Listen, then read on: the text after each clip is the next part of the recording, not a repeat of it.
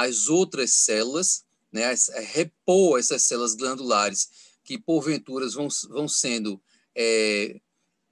sofrendo a morte programada, a apoptose, e a gente tem as células propriamente ditas que produzem essa secreção, que são células que geralmente são células colunares, mas ocasionalmente pode se apresentar também como células cuboidais.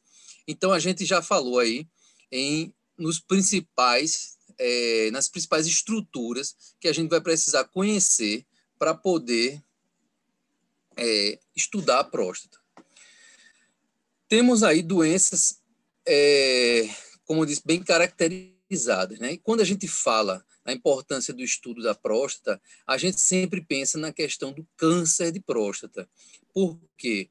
Porque a gente sabe que é uma lesão, assim como, por exemplo, a do colo uterino, que pode ser detectada precocemente, são lesões que podem ser detectadas precocemente, e que a detecção precoce desse tipo de lesão, ela leva a um tratamento mais eficaz do câncer de próstata. Tanto que nós temos a campanha, né, como eu falei anteriormente, do Novembro Azul, que visa justamente fazer um rastreio, né, estimular os homens acima de 45 anos, principalmente, porque a gente sabe que tem autores que já classificam a necessidade de uma primeira consulta com o urologista aos 40 anos, e principalmente quando existe história familiar de câncer de próstata, que se inicia esse rastreio aos 40 anos. Mas, via de regra, quando a gente fala, os autores divergem, mas fala-se a prevenção a partir dos 45 anos. Porém, a doença mais prevalente na próstata não é o câncer de próstata, não é a mais comum. E aqui, como essa turma aqui é uma turma mista, nós temos homens e mulheres, eu posso afirmar isso para todos os homens aqui, que aqueles que viverem mais de 90 anos vão ter algum tipo de patologia prostática que a gente vai falar aqui na aula. Com o envelhecimento da população, a epidemiologia favoreceu alguns tipos de doenças, como as doenças cardiovasculares e principalmente as neoplasias. Então, esses tipos de lesões, eles vão, sem sombra de dúvida, surgir nos homens a partir de uma determinada idade. Quanto mais eles viverem, quanto mais a longevidade deles, mais a chance deles terem esse tipo de lesão. Se vão morrer de um câncer de próstata, aí é outra conversa. Porque na classificação do câncer prostático, a gente tem uma gama, uma distribuição de graduação, né? A gente chama a classificação de graduação de Gleason para próstata, onde a gente vai de uma pontuação de 2 até 10. A gente analisa nesse momento, a gente vê uma graduação diferente do que a gente até agora já tinha visto. Quando a gente falava em graduação nas outras lesões, o que é que a gente via, o que é que a gente falava? Geralmente em bem diferenciado, moderadamente diferenciado e pouco diferenciado. Na próstata, assim como, fazendo aqui uma similitude aqui, as doenças neoplásicas do aparelho do sistema nervoso central, a graduação é numérica. Então, a gente tem essa classificação através de uma graduação numérica, onde o número mais alto, ele constitui, digamos assim, os casos com pior prognóstico. O mais alto seria, na classificação que a gente fala habitual, seria o pouco diferenciado ou indiferenciado.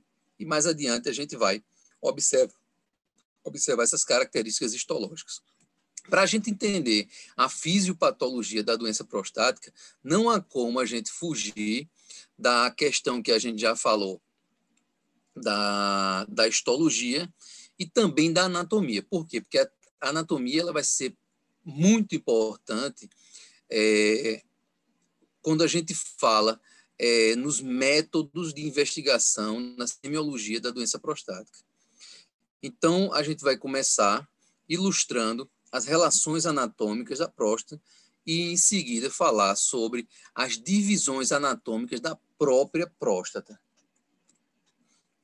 Então, a próstata ela é um órgão retroperitoneal, porque a dobra peritoneal ela passa aqui, né, ela faz essas goteiras aqui ao lado aqui da bexiga, e ela então fica retroperitoneal, localizado aqui na pelve, anteriormente aqui protegida pelo arcabouço ósseo aqui da pelve. Posteriormente, isso a gente vai ver a importância, em relação íntima com a parede anterior aqui do reto e ampola retal. Superiormente, aqui relacionada diretamente com a base da bexiga. E aí ela se continua aqui com a uretra, assoalho pélvico, e aí com o pênis, e aí a eliminação de suas secreções. Diferente da mulher, nós, homens, nós não temos dois canais isolados, né? A gente sabe que na mulher a gente tem um orifício externo para a eliminação de urina e um orifício reprodutor, né? A cavidade, o ósteo da cavidade vaginal. Então, nós temos dois orifícios isolados. O homem tem só um. Tem só um, e esse só um executa essas duas funções, tanto se urina como se ejacula pelo mesmo local. Essas relações anatômicas, elas têm fundamental importância, tanto como eu falei, na semiótica, né, do exame prostático, como também na sintomatologia que o paciente vai poder apresentar se tiver com algum tipo de patologia prostática. Então, vocês veem bem essa relação que eles têm aqui com a parede retal. Acho que não esqueci nada. Vamos lá. Existem mecanismos, né? Existem mecanismos moleculares não tão totalmente elucidados, não tão bem conhecidos, que fazem com que o comportamento celular da próstata, das evoluções das doenças mais comuns na próstata, que é a hiperplasia prostática benigna e o câncer de próstata, eles apareçam em determinadas localizações. E isso é extremamente importante, como eu falei para vocês, para os sintomas e para digamos assim, a semiótica e a prevenção dessas lesões, e o tratamento também, tá? Então, a gente destaca 4 zonas principais. A zona anterior, que é essa daqui que está em rosa. A zona de extrema importância, que é essa zona transicional, que ela tem aqui a passagem direta aqui da uretra prostática, né, proveniente aqui da bexiga. A gente tem a zona central, e não menos importante do que a zona transicional, a gente tem essa zona aqui posterior, que é a zona periférica, que a gente chama. Essa imagem está invertida em relação àquela outra. Essa zona periférica é a zona que a gente viu que tem aquela íntima relação com a parede anterior do reto. E mais adiante a gente vai ver por que essa importância.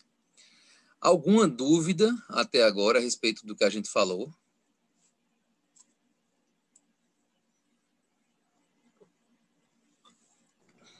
Eu não, prof. Rapaz, tá parecendo que vocês estão igual a mim aqui, que eu estou numa aula de gestão aqui e botei aqui no silencioso, porque eu não posso estar em 2 lugares ao mesmo tempo, né? Então, o que é que acontece? Aí a gente tem uma ilustração para a gente observar como essa localização da próstata e essa relação que ele tem com essa parede anterior do reto facilita um exame extremamente simples, digamos assim, e praticamente sem custo, que é o toque prostático, e de extrema importância, né? A gente sabe que é de extrema importância. Aí hoje a gente pergunta assim, mas e o ultrassom, e o PSA?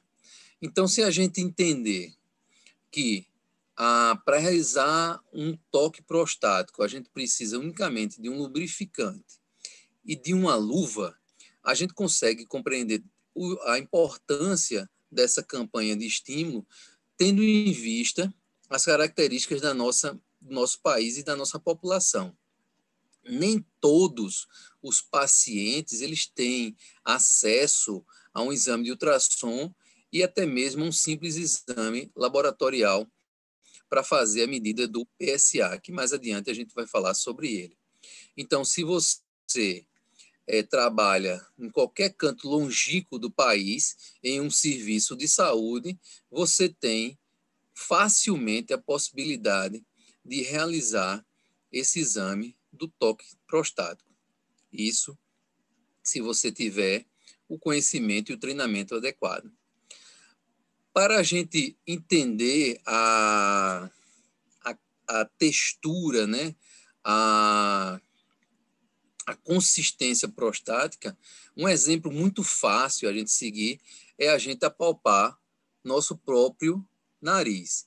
Então, nosso próprio nariz ele é dotado de uma cartilagem macia e elástica que é semelhante à textura que a gente tem na próstata normal. Então, o exame de toque retal, ele traz para a gente informações importantes sobre a textura elástica, né, fibroelástica que essa próstata deve apresentar. Uma divisão anatomopatológica e também que guia a coleta de fragmentos prostáticos através da biópsia transretal é a divisão que a gente faz em lobo direito e esquerdo, e desses lobos, direito e esquerdo em superior, médio, inferior, ou ápice, lobo médio e base, para colher fragmentos. Isso tem uma importância porque entre o lobo esquerdo e direito, ao exame de toque prostático, a gente pode observar a existência de uma depressão, que é um sulco entre esses dois lobos. Isso a gente vai ver mais adiante, que esse sulco ele pode estar desaparecido em alguns tipos de lesões. Então, a ilustração aí mostra como é fácil a gente realizar esse exame de toque retal. Saber, ter a sensibilidade e você poder interpretar o que você está sentindo ali no seu dedo indicador são outros 500, que aí é necessário uma certa prática, um certo estudo para poder adquirir esse conhecimento. Existem modelos que muitas vezes os representantes dão para os urologistas, onde você tem a capacidade de fazer um treinamento. Eu acredito que a finca provavelmente deva ter, no laboratório de habilidades, lá onde você tem aqueles bonecos, aquelas maquetes, deva ter alguma coisa desse tipo. E aí você consegue identificar, através desse exame físico, a consistência, a anatomia, volume e principalmente a presença de nodulações pétreas, nodulações endurecidas nessa região justamente posterior da próstata. E a gente vai entender por que o toque retal é tão importante, porque a gente tem acesso diretamente à região posterior, aquela região que a gente dividiu, aquela zona posterior, que é justamente a zona periférica, que é justamente onde a gente tem o aparecimento das lesões malignas, dos cânceres prostáticos. Então, o acesso ao dedo indicador, ele dá exatamente onde a gente tem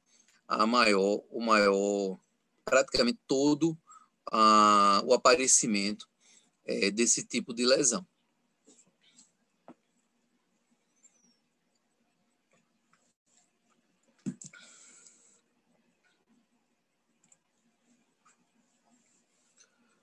Só definindo aí o que a gente já tem falado, né? A próstata é um órgão masculino, ou seja, a mulher não tem próstata. E, inclusive, isso é importante na medicina legal, quando a gente vai identificar o sexo de periciantes carbonizados, né? Aqueles grandes queimados que estão lá, aparecem incêndios de carro, de veículos, tal. para identificar se eles são do sexo masculino ou do sexo feminino, tendo em vista que a superfície externa do corpo ela fica totalmente queimada, né? Inclusive as extremidades, braços, ossos das extremidades, elas ficam calcinadas, totalmente destruídas.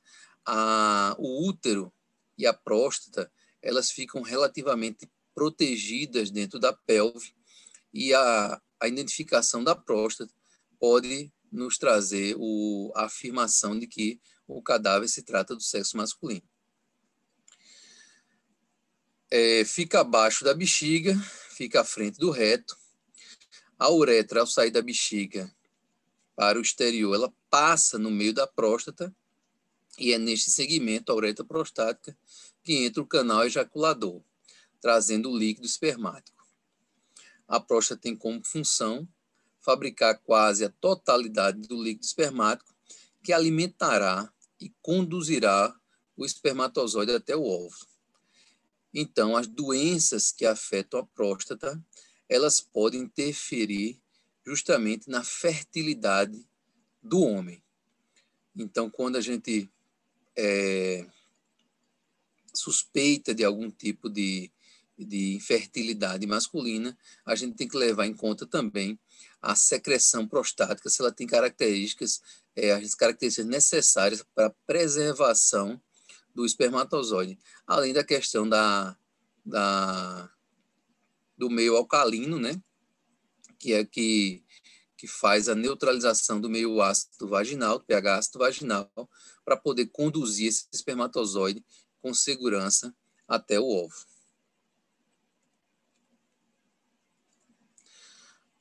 Aí uma incidência onde a gente vê que a prostatite ela é muito pequena, muito ínfima, até ínfima perto dos demais, e o câncer, tão temido câncer, que é o foco das campanhas, ele também tem uma incidência bem menor em relação à doença mais prevalente, que é a hiperplasia prostática benigna, com 80% das ocorrências. Então, todos os homens vão ter um dia hiperplasia prostática benigna se viverem aí de 60 anos ou mais. E existirão aqueles também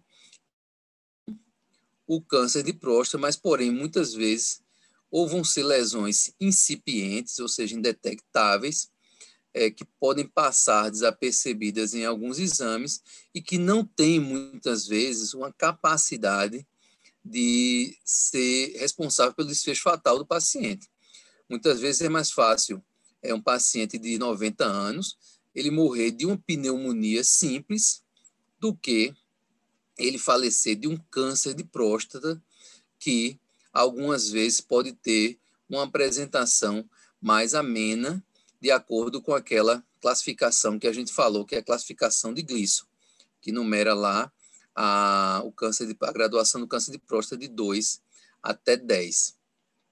Então, dependendo desse tipo, dessa graduação, inclusive até mesmo o tratamento do câncer, ele pode ser bem mais bem simples, inclusive sem usar da cirurgia e da radioterapia e da quimioterapia,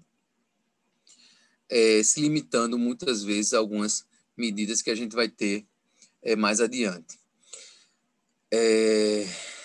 Hoje, um grande vilão, né, um grande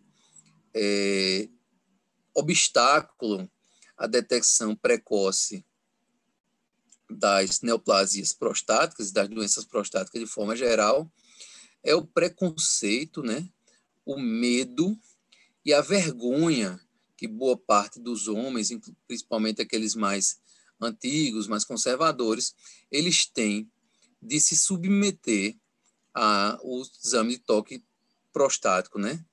E por isso existe tantas campanhas de conscientização para fazer com que o homem realmente busque, pelo menos a partir dos 45 anos, pelo menos uma vez ao ano, um ambulatório especializado, quando não possível, um ambulatório de clínica mesmo, para isso, todos nós temos que ter esse treinamento e esse conhecimento de como se deve proceder o exame de toque prostático.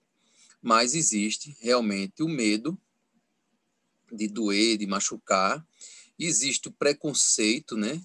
Aquela ideia de que não se pode mexer naquele local porque vai comprometer a honra e tal. Existe essa ideia também, mas existe também a vergonha.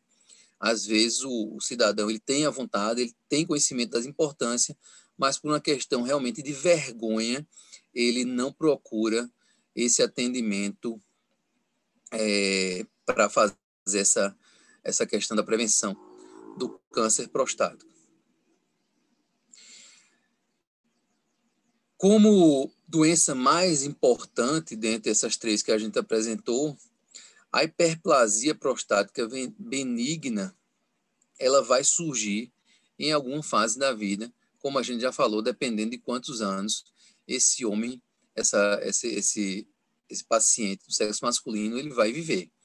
Então, devido a isso, a gente diz que a importância de reconhecer os sintomas relacionados a esse aumento da próstata são extremamente importantes. Os sintomas relacionados a esse aumento da próstata são, de forma geral, chamados de prostatismo. Deixa eu levantar aqui um pouquinho para... Então, o termo hiperplasia prostática benigna, ou HPB, como vocês vão ver muitas vezes ilustrados e abreviados aí nos encaminhamentos médicos, nos pedidos, nas suspeitas diagnósticas, ela não é um termo que a gente, como patologista, utiliza. E aí eu fiz esse desafio à outra turma para a gente tentar, para nós tentarmos falar que termo seria adequado do ponto de vista anatopatológico, e a pessoa chegou muito próximo. Então, quem aí se arrisca a tentar dizer qual seria o termo que comumente a gente utiliza e a gente coloca lá nos nossos laudos anatomopatológicos, que pode, inclusive, gera estranheza para o leigo e gera também, às vezes, uma certa confusão para o não especialista, para o médico não especialista. A dica que eu posso dar é que a primeira palavra é preservada, a hiperplasia, e as duas, a segunda referência, ela se deve aos tipos histológicos, né, que a gente já comentou, presentes aí no corpo, né, na própria. Professor, é a hiperplasia benigna da próstata? Hiperplasia benigna da próstata. Pronto, o HPB é o termo clínico, é o termo, digamos assim, que o clínico utiliza, que o urologista utiliza, mas nós, como patologistas, nós utilizamos outro termo. Esse termo, ele leva em conta os tipos histológicos que a gente falou, o tipo de tecido presente na próstata, aqueles dois tipos principais que eu falei para vocês. Vocês lembram? Hiperplasia epitelial prostática é o epitélio. Hiperplasia epitelial prostática. Quase. Qual é o epitélio? Cuboide. Não. Qual é o epitélio que a gente tem? Epitélio escamoso, epitélio glandular? Qual é o epitélio que a gente tem aí? Tem um colunar, né? Que é o glandular, no caso. O glandular. Pronto. Então, o primeiro termo você já sabe, é glandular. E o segundo? Não são só as glândulas que crescem, que aumentam de volume. O estroma também. Joia. Pronto. Vocês agora falaram os dois termos. Agora só falta juntar para dizer o termo correto. Anatomopatologicamente. Uma proliferação não neoplásica. Não, hiperplasia. Começa com a hiperplasia. Glândula estromal. Alguém havia falado neoplasia, não? Antes. Não, hiperplasia, glândula estromal, alguma coisa assim? É o inverso. Hiperplasia estromatogandular da próstata. Então, esse termo que vocês vão ver, muitas vezes vai gerar confusão para o paciente, porque ele, acostumado ao médico dele falar hiperplasia prostática benigna, quando ele fizer um exame, que ele pegar lá o laudo, ele vai ver esse termo hiperplasia estrômato glandular da próstata, e ele vai ficar assustado pensando que não era aquela lesão benigna que havia sido dita a ele.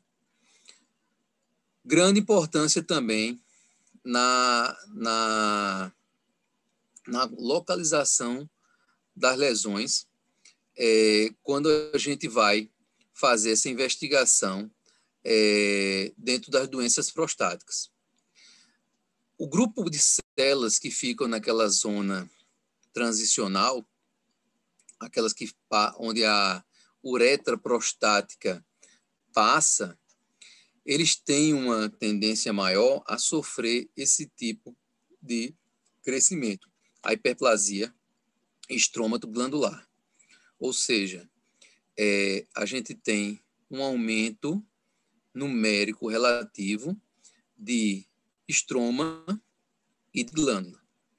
Na maioria das vezes, a gente pode, inclusive, ter apenas o componente estromal mais representado, melhor representado, porque a gente sabe que a próstata, ela também, com o tempo, devido à diminuição dos hormônios, ela pode sofrer os processos de atrofia, mas esse estroma, ele pode ter essa tendência a sofrer esse aumento. Então, com esse aumento desse volume localizado ali, justamente naquela região transicional, o que é que a gente vai, que estrutura a gente vai ter ali que vai ser comprometida?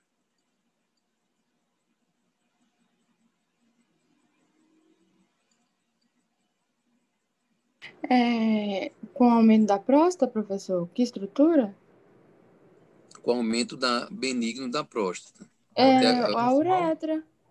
Uretra prostática. E o que é que vai acontecer com ela? Ela vai ser comprimida. Ela vai progressivamente sofrer um processo de estreitamento e fazendo ali uma dificuldade, a urina que sai da bexiga passar por ela e ser eliminada. Então, com o passar do tempo, quando essa obstrução for se tornando cada vez mais acentuada, os sintomas vão se tornando mais intensos até o momento em que vai ocorrer o quê?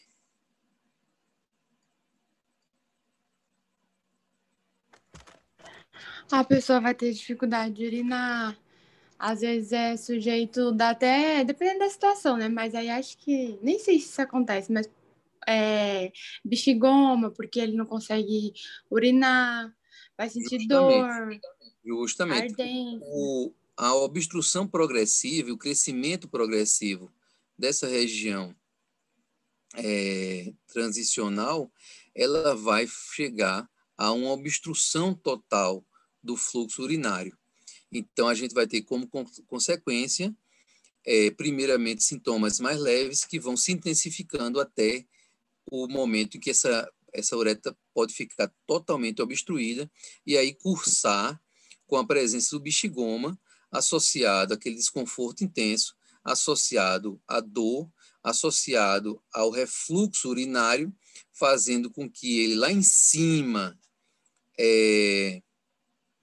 pressione as papilas renais e aí gerando os processos de hidronefrose.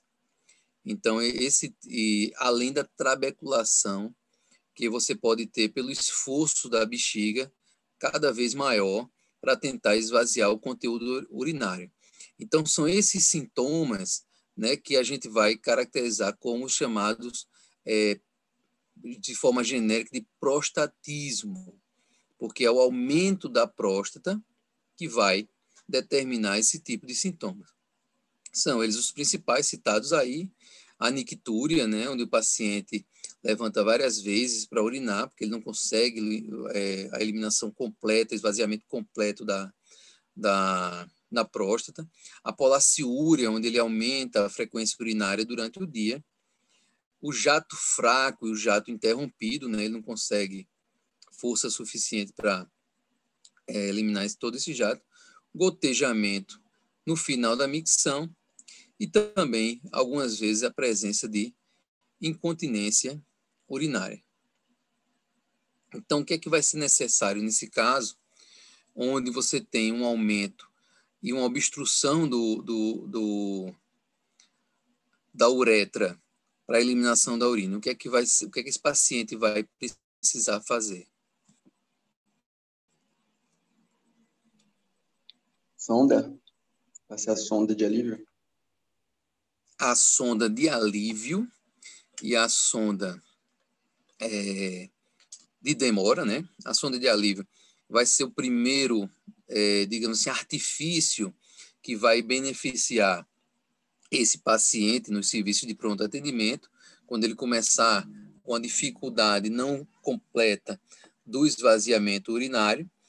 Em seguida, as sondas de demora, quando essa frequência dessa obstrução começar a ser maior, e a gente sabe também que a sonda de demora ela tem uma robustez um pouco maior do que essa sonda de temporária, né, a sonda de alívio, e aí ele vai passar a usar a sonda de demora, mas vai ter um momento em que nem a sonda de demora vai ter condições de ultrapassar, de vencer essa barreira mecânica do aumento da próstata.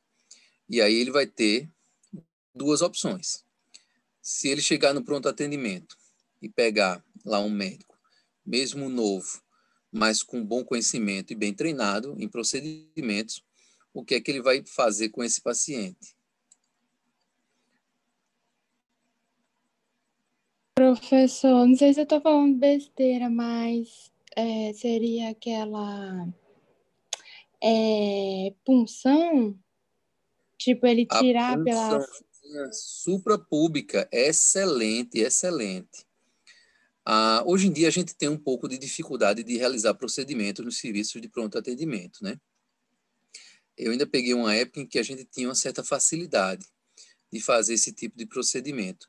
Quem já trabalhou muito interior, quando a gente tem a dificuldade de fazer um encaminhamento, uma referência de um paciente para um especialista, então a gente tem muitas vezes que, como diz no Faustão, se virar nos 30. Então esse tipo de procedimento eu já cheguei a realizar várias vezes. É um procedimento extremamente, digamos assim, simples e com difíceis complicações. Quem já examinou, quem já teve a oportunidade de ver um paciente com bexigoma? Eu já vi, professor.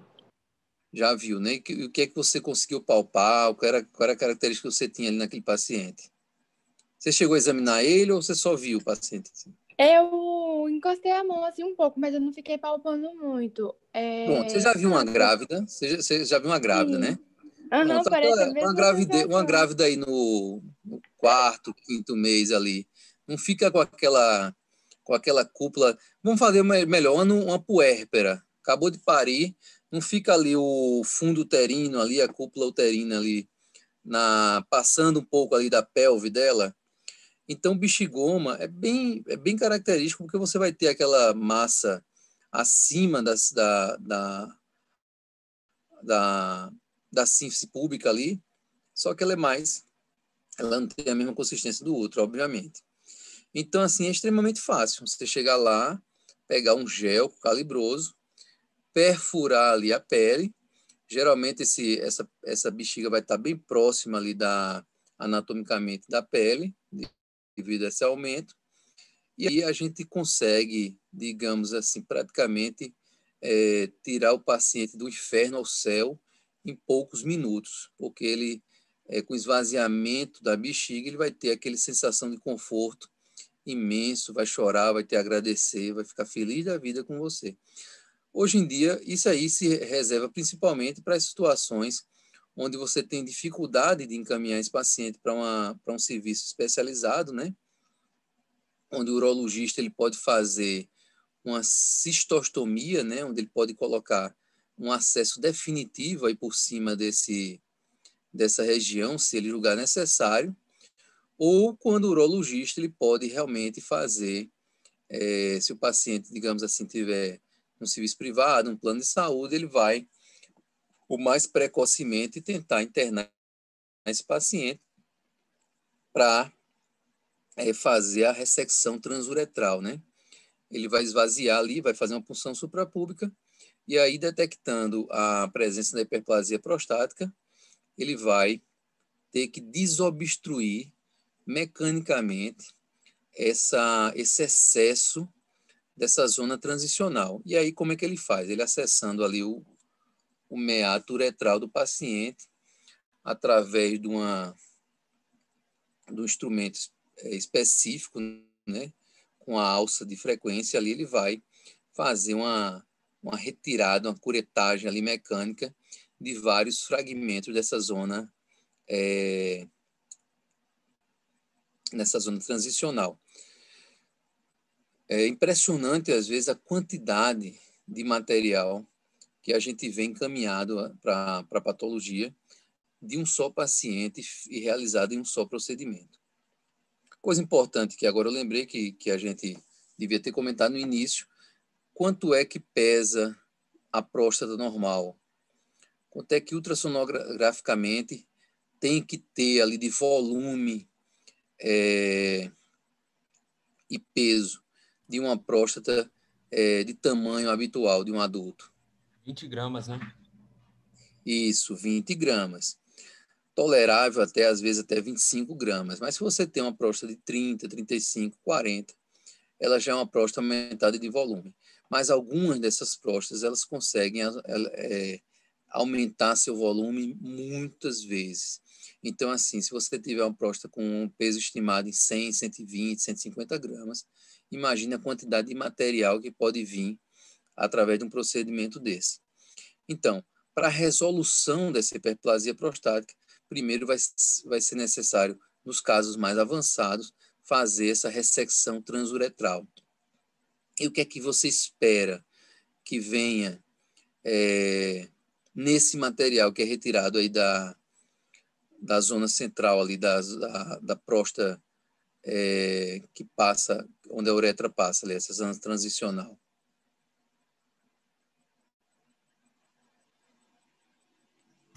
Pode repetir, professor? Não entendi. O que é que você vai esperar nesse anátomo patológico desse paciente? Você vai esperar que ele venha com neoplasia, com câncer?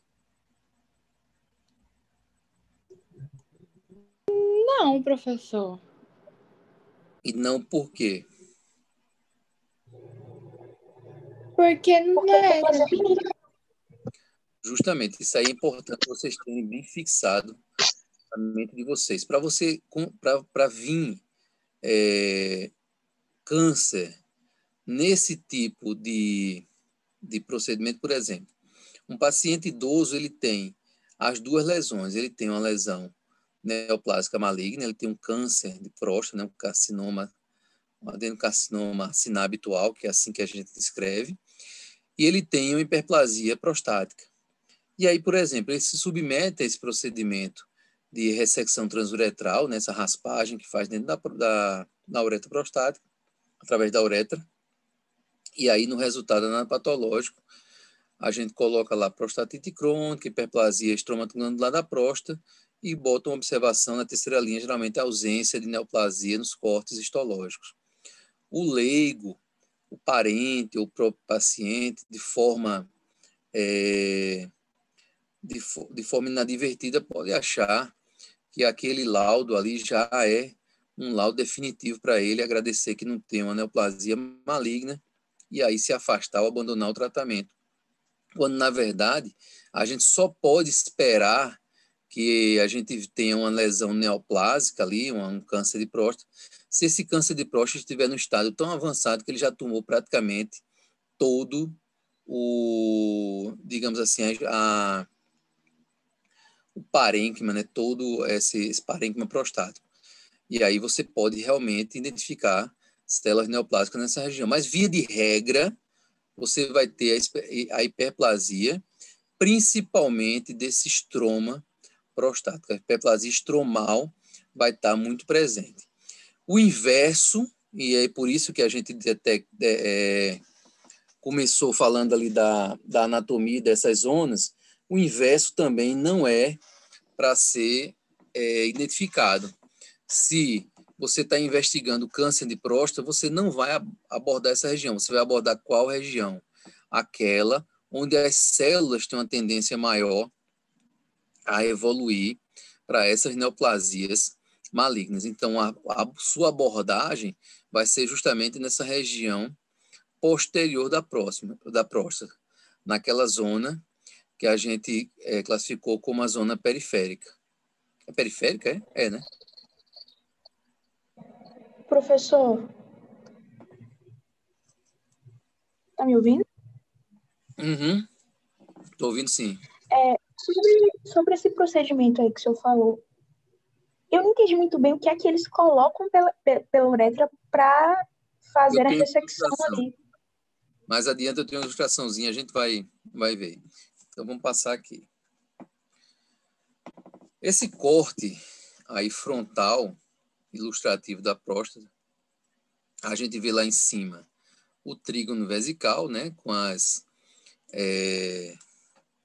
entradas aqui dos ureteres, trígono vesical, e aqui o que a gente identifica? A região que é afetada pela hiperplasia é aquela zona transicional que a gente falou. E à medida que essa próstata vai crescendo, à medida que essa lesão vai evoluindo, ela vai tendendo a obstruir totalmente esse canal uretral, inclusive se protudindo superiormente aqui para o assoalho vesical, fazendo aqui um abaulamento, né? Eu não me recordo, mas o livro ele fala uma protusão nodular, parede vesical, ele tem um termozinho que ele coloca lá para vocês. E o procedimento, para você entender melhor, quem perguntou aí, é justamente onde a gente introduz esse aparelho que vai fazer essa ressecção e tirar esse material aí que está em excesso, uma proliferação excessiva, e que é responsável por fazer essa obstrução. Então, isso é o que a gente chama de ressecção transuretral. E aí, esses fragmentos, muitas vezes com grande quantidade de volume, vão lá para a gente poder firmar esse diagnóstico de hiperplasia estrômato-glandular da próstata. Muitas vezes, às vezes associada também com infecção crônica, né? Com a prostatite crônica, e por vezes também, quando o paciente tem histórico de infecções urinárias recorrentes, inclusive essa própria obstrução ao fluxo urinário, com retenção na bexiga, pode ser um fator que predispõe a essas infecções, cursando também com o processo de prostatite. Ficou bem claro aí o que se faz? Oi. Mas isso daí não lesa a parede da uretra, não? E depois, no pós, como é que funciona ali para a passagem do xixi e tudo mais? Excelente pergunta. Ele vai lesionar a parede uretral, e aí, para não haver uma dese, né, essas paredes colarem aí uma na outra, porque são superfícies que vão ficar cruentas, né? Aí você vai deixar a sondinha vesical de demora durante aí algumas semanas ou meses para poder fazer uma fibrose com a recanalização aí dessa região da uretra prostática. Entendeu? Entendi, professor. Se você Obrigada. simplesmente tirar e você não deixar uma sonda aí, isso aí vai ser pior, vai fechar, vai cicatrizar tudo fechado, né? Com a sondinha lá de demora, de preferência a sonda mais grossa que for possível, que for conseguir colocar, ele vai restabelecer, né? Vai fazer uma fibrose ao redor uma fibrose cicatricial ao redor dessa sonda e fazer com que a gente tenha uma perviedade, de novo, desse conduto aí. Entendeu? Dói muito, professor? Olhe, todos esses procedimentos, eles são desconfortáveis.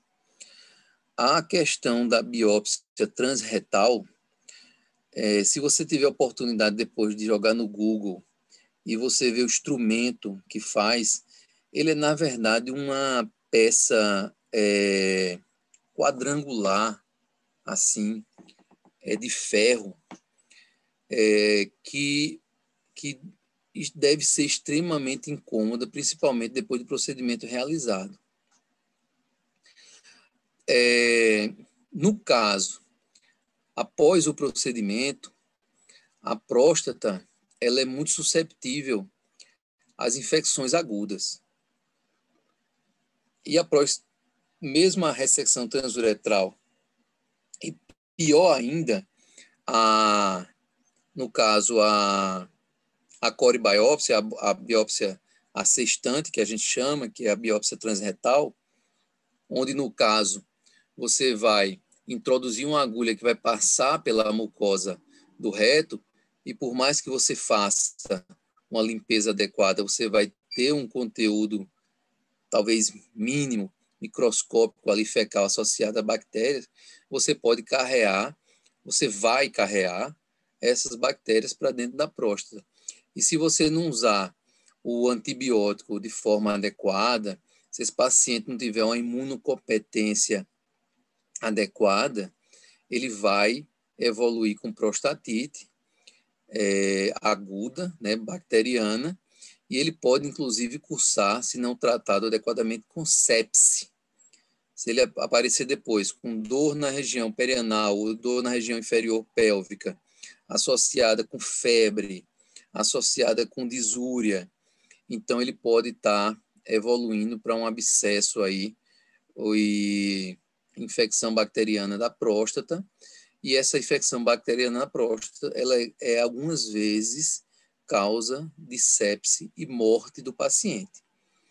Imagine você convencer um paciente a realizar uma biópsia prostática transretal como um método diagnóstico, né, preventivo, algumas vezes, quando você não tem todos os digamos assim, os indícios através do tripé que a gente usa para o diagnóstico de câncer de próstata, que é o ultrassom, o toque e o PSA.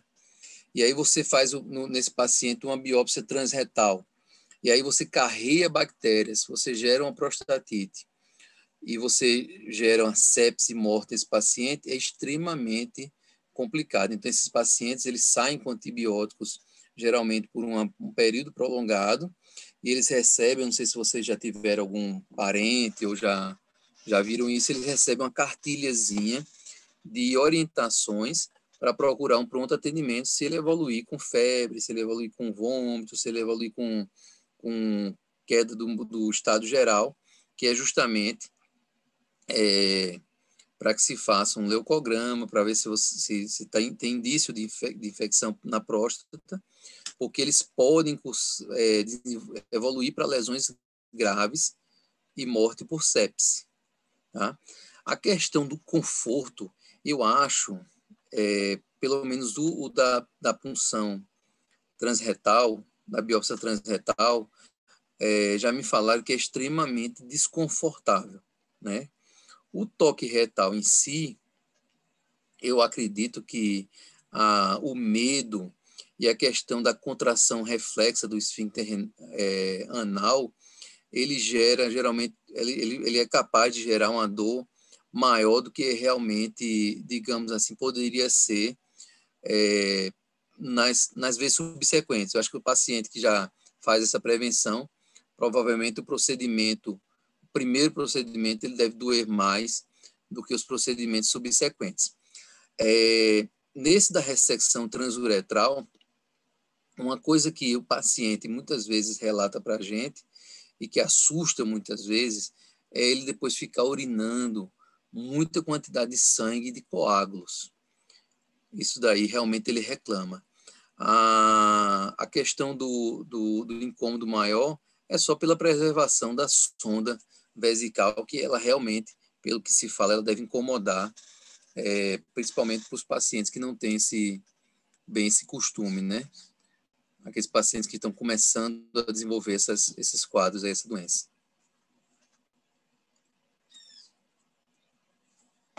Aqui nessa ilustração, a gente consegue perceber a importância do exame clínico pela proximidade, como a gente já falou aqui, da região posterior aqui da próstata, né? Essa zona periférica, que é onde a gente tem uma maior,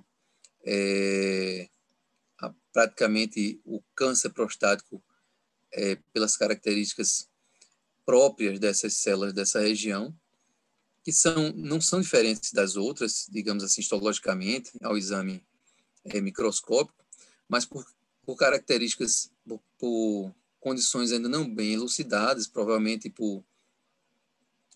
pela estrutura molecular dessas células, tem uma tendência bem maior, e geralmente esses cânceres de próstata surgem inicialmente aqui. Então, aqui você identifica o aspecto habitual, e aí quando esse lobo médio começa essa zona média aqui, ela começa a aumentar, e aí esse aumento muitas vezes se dá depois de forma global. Então existe essa projeção, né, da parede, do assoalho vesical. Existe essa projeção também aqui para frente, aqui encostando aqui no ramo do isquio, né? E também muitas vezes essa projeção para a região, abaulando aqui a região da parede anterior do reto, porém com manutenção dessa consistência fibroelástica prostática. A gente sabe que o câncer prostático, ele forma nódulos pétreos, praticamente pétreos, extremamente, é como se você tivesse um pequeno cálculo ali naquela região, a formação de uma calcificação naquela região.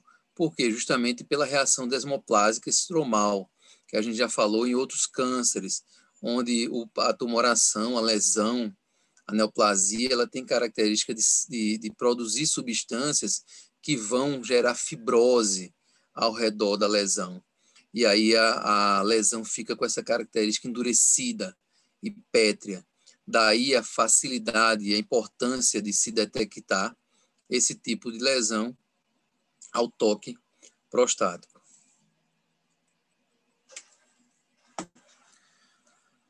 A prostatite, por sua vez, é uma doença que clinicamente afeta menos o homem, porém,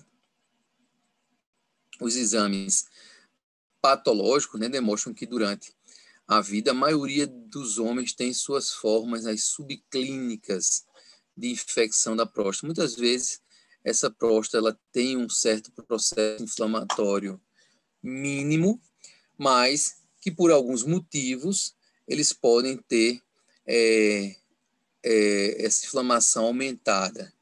Quais são esses principais motivos? Quando você tem infecções, né, urinárias, pacientes que têm história de infecções por agentes sexualmente transmissíveis, quando a gente tem infecções por Escherichia coli, essas bactérias que geralmente são responsáveis comumente pelas infecções nas mulheres, por sua característica anatômica, né, da uretra ser mais curta Então, homens que têm atividade sexual, onde eles têm um contato maior com esse material aí fecaloide, né? Então, eles podem desenvolver mais frequentemente esse tipo de infecções. A questão também das obstruções de canalículos intraprostáticos, onde você pode ter um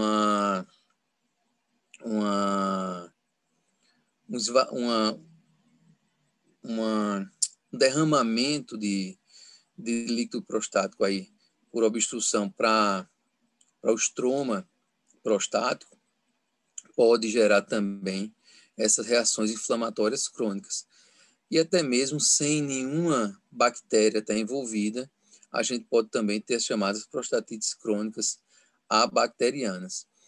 Nas lesões infecciosas agudas, eles podem cursar, a prostatite ela pode cursar também com a formação de microabscessos, de áreas de abscedação e também de áreas de necrose. Então, aí a gente pode ter uma prostatite aguda, uma prostatite crônica, que pode estar relacionada com infecção bacteriana ou não, e a gente pode também ter as chamadas prostatite granulomatosas. Quando é que ocorrem as prostatites granulomatosas? Duas principais, digamos assim, ocorrências. Uma, quando você tem pacientes imunodeprimidos que podem ser acometidos de infecções fúngicas prostáticas, e aí, devido à própria reação desencadeada inflamatória contra esses fungos, pode fazer uma reação crônica, né, uma inflamação crônica granulomatosa, ou a literatura cita também quando na utilização de um tipo de tratamento para câncer de bexiga, quando a gente tem lesões de baixo grau na mucosa vesical, a gente pode fazer uma infiltração de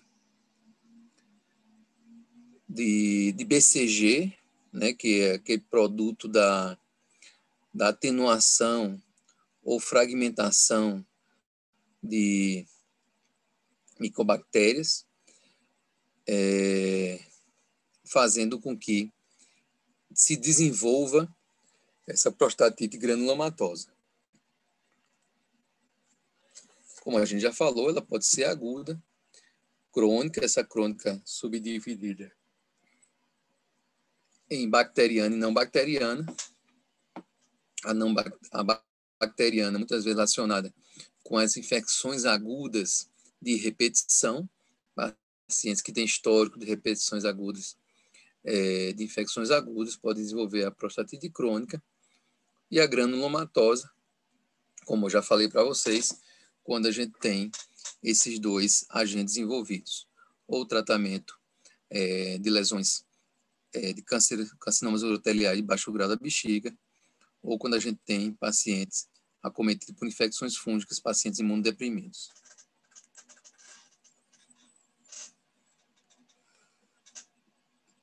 A inflamação prostática, ela vai ser acompanhada dos sinais flogísticos. E essa ilustração é justamente para a gente ver poder imaginar essa ocorrência. Os sinais flogísticos, que são dor, edema e rubor, esse edema pode fazer com que a sintomatologia prostática seja, muitas vezes, bem semelhante às que a gente tem na hiperplasia prostática benigna. Na semiologia, a gente vai ter um toque prostático diferente do toque prostático da hiperplasia prostática benigna e da neoplasia maligna, que geralmente são indolores na próstata em si. Então, você vai ter uma próstata muitas vezes dolorosa. A literatura cita, né, que o tumor de próstata vem adquirindo cada vez uma importância maior. porque como os homens têm vivido mais anos, né, a longevidade dos homens e da mulher de forma geral tem aumentado, então o aparecimento dessas lesões prostáticas neoplásicas elas têm se tornado cada vez mais comuns.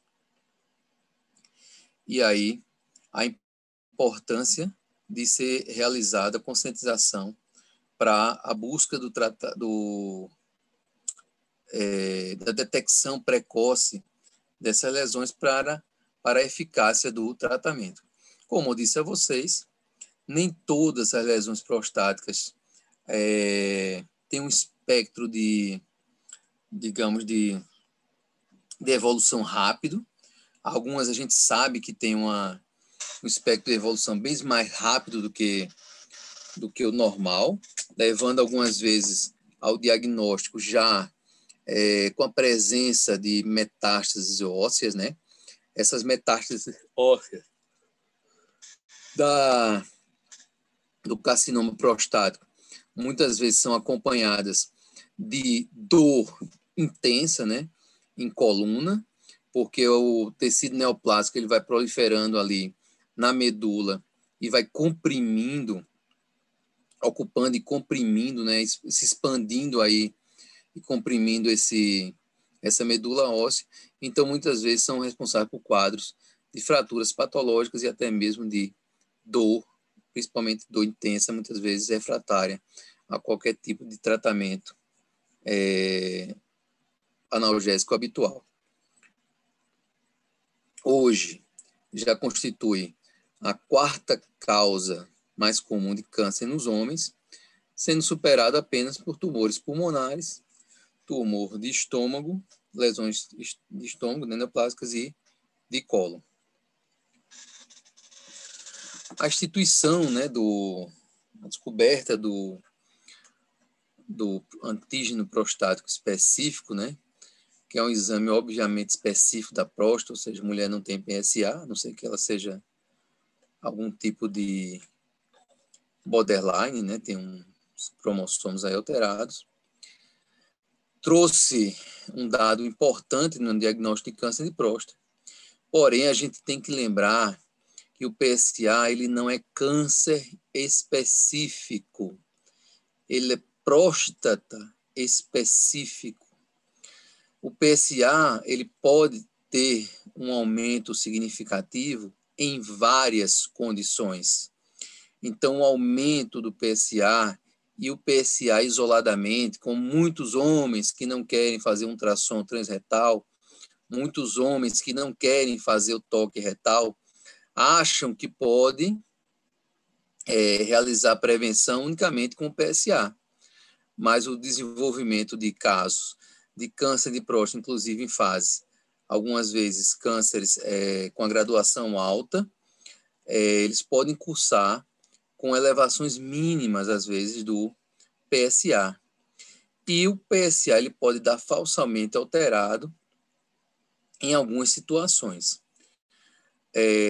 Normalmente, hiperplasia prostática benigna dá PSA elevado, câncer de próstata dá PSA elevado, e a mesma prostatite também pode dar PSA elevado. Então, ele não é um exame com alta especificidade para câncer, tá? E que outras condições chamam atenção para o aumento do PSA, que a gente deve ter conhecimento para evitar interpretação errônea de PSAs elevados.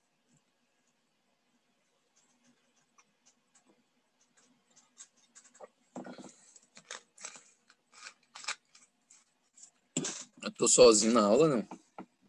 O senhor já disse, professor, todos que eu ia falar, se o senhor perguntasse, que é a prostatite, né? Não sei se todas as prostatites, mas a Mas, Amábile, granulomatosa. esses que eu falei são 3 doenças. Eu quero que você me dê condições não patológicas, ou seja, em que você não tem doença e você pode ter um aumento prostático. Um aumento, do PSA. Um aumento sério do PSA.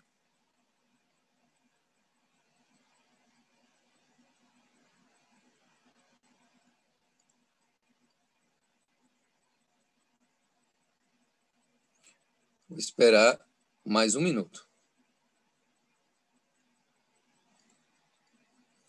Chutem, pensem, digam não sei, para eu saber que vocês estão aí. Professor, estou tentando pensar aqui no que poderia ser. Onde é que a próstata está? Quem é que tem relações anatômicas íntimas com a próstata que a gente viu lá? Tem osso, tem bexiga, tem reto.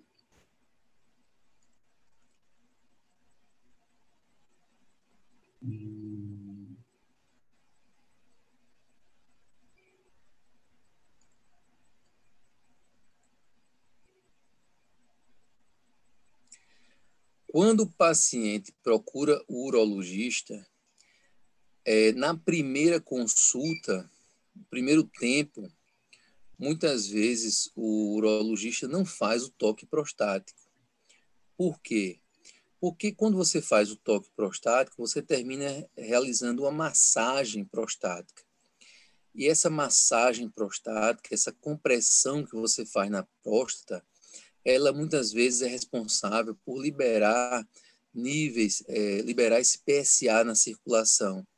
Então, muitas vezes, a manipulação prostática, ou seja, aquela massagem prostática, isso eu digo através do procedimento médico, né? Mas você pode ter aí, e use em sua imaginação, você pode ter N formas de massagear a próstata. Mas o urologista, ele não faz, muitas vezes ele não procede o toque prostático na primeira consulta, porque antes ele pede para o paciente fazer o exame de sangue, a coleta do PSA pelo sangue. Desculpe, óbvio, né? Vai ser pelo sangue. Se bem que pode ser no conteúdo espermático também, né? A gente usa no IML o conteúdo espermático. Mas, digamos assim, ele vai fazer a dosagem de PSA sério, e quando esse paciente retornar para ele, aí ele vai realizar, muitas vezes, nesse retorno, na consulta de retorno, o toque prostático. Por quê? Porque o toque prostático, a massagem prostática, ela pode dar uma falsa alteração, né, nos níveis de PSA. O paciente tem um PSA normal, depois que realizou o toque prostático, esse PSA dele vai lá para cima. Ele tem lesão prostática? Não. Mas o procedimento de massagem prostática vai elevar esse PSA dele, que vai cair na circulação. Partindo desse princípio, ou seja, que a compressão da próstata vai gerar o aumento do PSA, que outra circunstância, e eu não digo aí nem, digamos assim, situações libidinosas, que outras circunstâncias a gente pode ter também aumento da próstata, que é citado na literatura. Desculpa, do PSA, que é citado na literatura. A prática de esportes como ciclismo e hipismo pode aumentar também? Não chega lá, não. Não chega lá, não. Pacientes constipados, pacientes com constipação crônica, onde você tem ali na região do reto distal e na ampola retal, muitas vezes, vários dias com concentração do bolo fecal. Então, é citado ainda na literatura também pacientes que, constipados crônicos, podem também cursar com aumento dos níveis de PSA, sem que ele tenha nenhuma patologia da próstata, propriamente dita. Entendeu? Isso aí também pode ser citado. Quando se faz o procedimento lá de biópsia prostática, o PSA vai lá para cima, dá uma disparada doida. Por quê? Porque você vai fazer uma manipulação e, além da manipulação, você vai gerar uma reação inflamatória.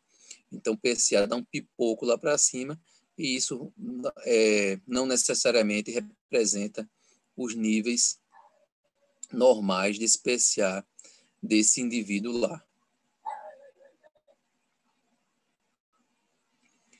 Mais alguma dúvida? Professora, aí nesse caso, essa constipação ela seria por conta também da compressão, então, da próstata? É por conta da compressão mecânica. Não seria também, seria por causa dela. entendeu? O Funciona. PSA, ele só aumenta, então, quando a próstata é comprimida. Seja por ela mesma, quando tem hiperplasia, ou não sei, Não, assim, por fatores externos. patologicamente, pela compressão, desculpe, patologicamente, pela hiperplasia, Porque você ela vai tem mais descomprimir glândulas na produzindo região. secreção. Pelo câncer, que a gente já viu que o câncer gera o hipermetabolismo nas células, e aí você pode ter um aumento também do PSA, e pela inflamação gerada pelas prostatites. Então, você pode também ter aumento do PSA. Isso aí seriam 3 condições que a gente fala de doenças, condições patológicas.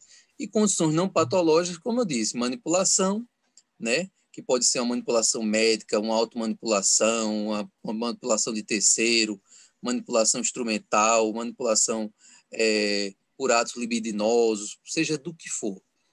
E também citado também a questão da constipação. A questão que vocês falaram aí da questão da prática esportiva, hipismo e ciclismo, eu realmente não, digamos assim, eu acredito que não, mas posso estar errado, tá? Se vocês virem em algum canto a associação do aumento do PSA com prática esportiva, vocês me tragam aí depois na próxima aula, mas eu acredito que não. Então vamos lá, PSA, tal. Outro dado enfatizado é que o fato do tumor em seus estados iniciais é assintomático. E, portanto, o exame anual deve ser realizado a partir dos 45 anos de idade. O diagnóstico precoce é o melhor remédio. O que é que acontece? Muitas vezes o câncer de próstata ele pode cursar de forma indolente, né, lenta, e assintomática. Existem trabalhos onde foram realizados a coleta da próstata em cadáveres que não tinham histórico nenhum de sintomatologia prostática e exames de PSA normal, exames de PSA com poucas alterações, que foram, às vezes, apresentando algum grau de alteração neoplásica. Então, por isso que quando eu falo, a gente fala num tripé de armas para a prevenção do câncer de próstata.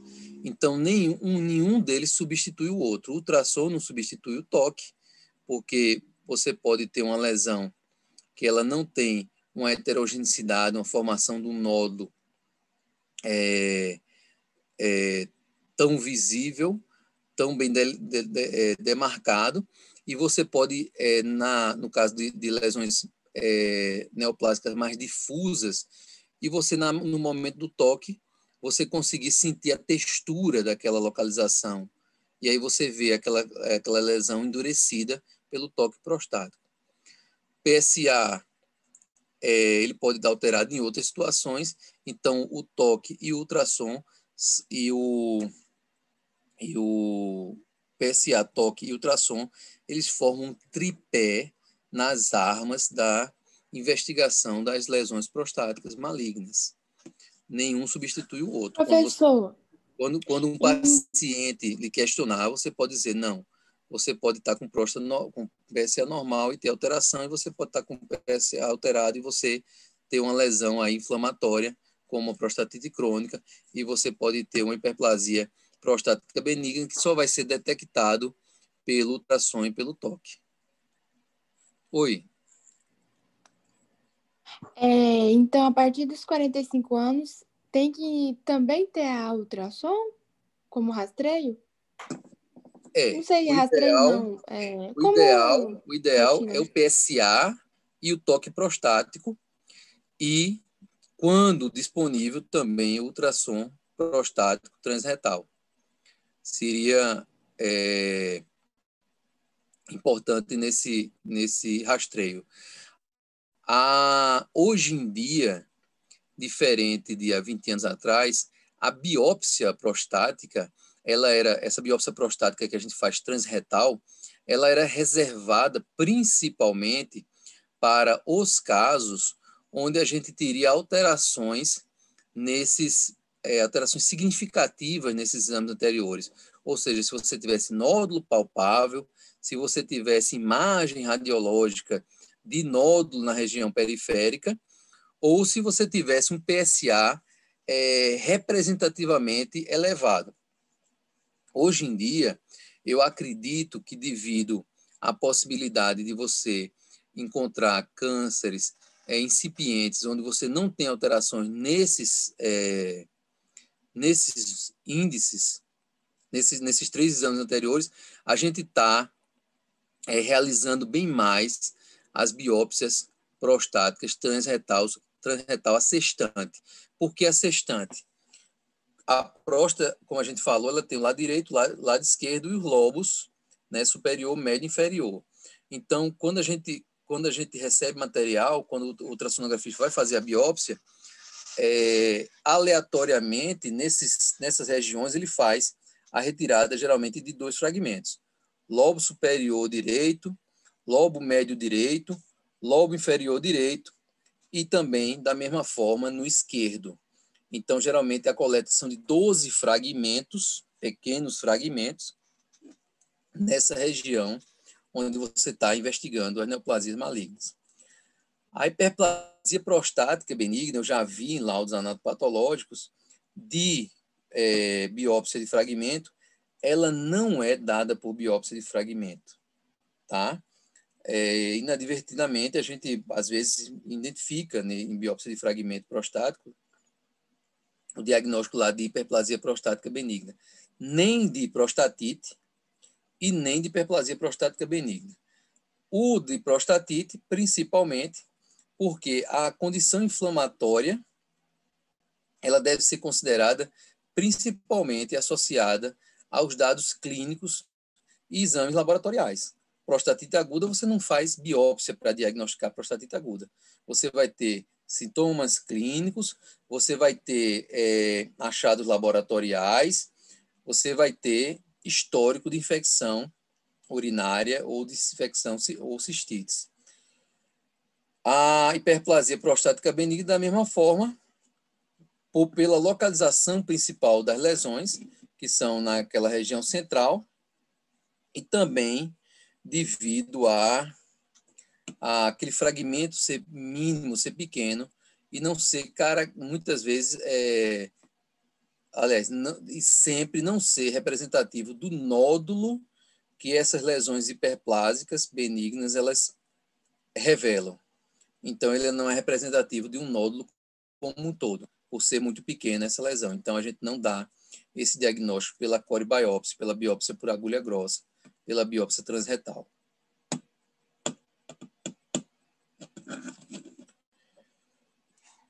No sábado, pela manhã, eu vou querer que vocês me tragam uma discussão que eu passei para outra turma também.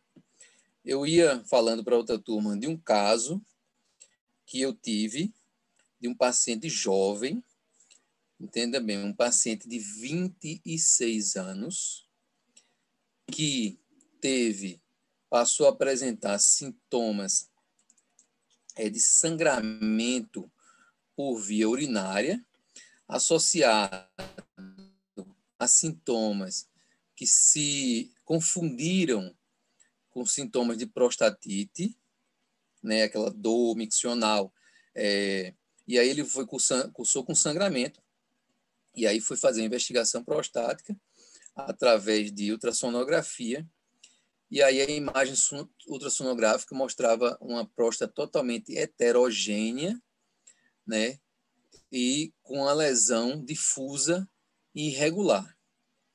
Esse paciente foi a óbito após 3 meses de abrir esse quadro clínico.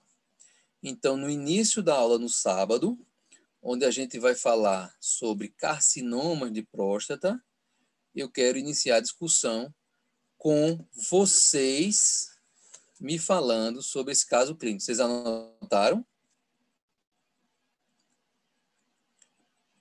Sim, tá Amabile, gravado também, professor. gravou, né? Pronto. Oi, Então, a gente vai professor. iniciar no sábado, 10 da manhã, uma discussão a respeito... Deixa eu ver aqui, não, aqui já é da educação. A respeito desse caso que eu falei para vocês agora. Ok, meninos? Beleza, professor. Fechou. Saulo não abriu a boca, Gabriel não abriu a boca, Gabriel, professor, não abriu a boca. eu falei com o senhor, eu conversei do ciclismo. Ah, Gabriel falou, eu pensava que era o Felipe que estava falando. Quem é iPhone HC, hein? Acho que é do Henrique. Ah, tá, Henrique é HC. Então, pessoal, já dá para encerrar por aqui.